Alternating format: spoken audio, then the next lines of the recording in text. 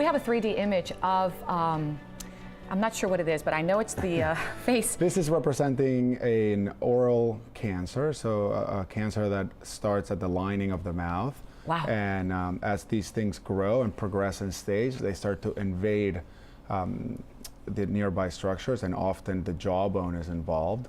So when these things are resected by the head and neck cancer surgeons, they create something like this would create a defect in the mandible. So there would be a bony defect that would need to be reconstructed, and it would create a defect probably in the oral lining. So there would be a soft tissue defect that needs to be reconstructed.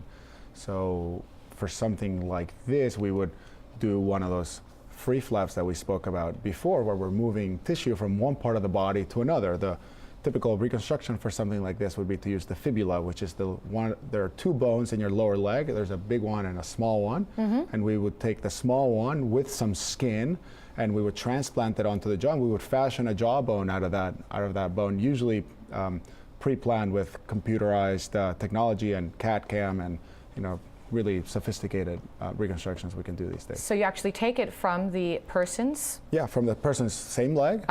And then we transplant it up to the jaw.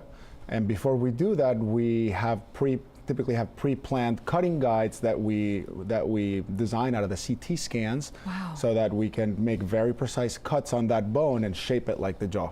And then we have little titanium plates and screws, and we put it all together. And by doing that and putting it here, that person then can recover and use their jaw? Then you have a bony stalk, which then you can put dental implants in, and then you can restore form and function.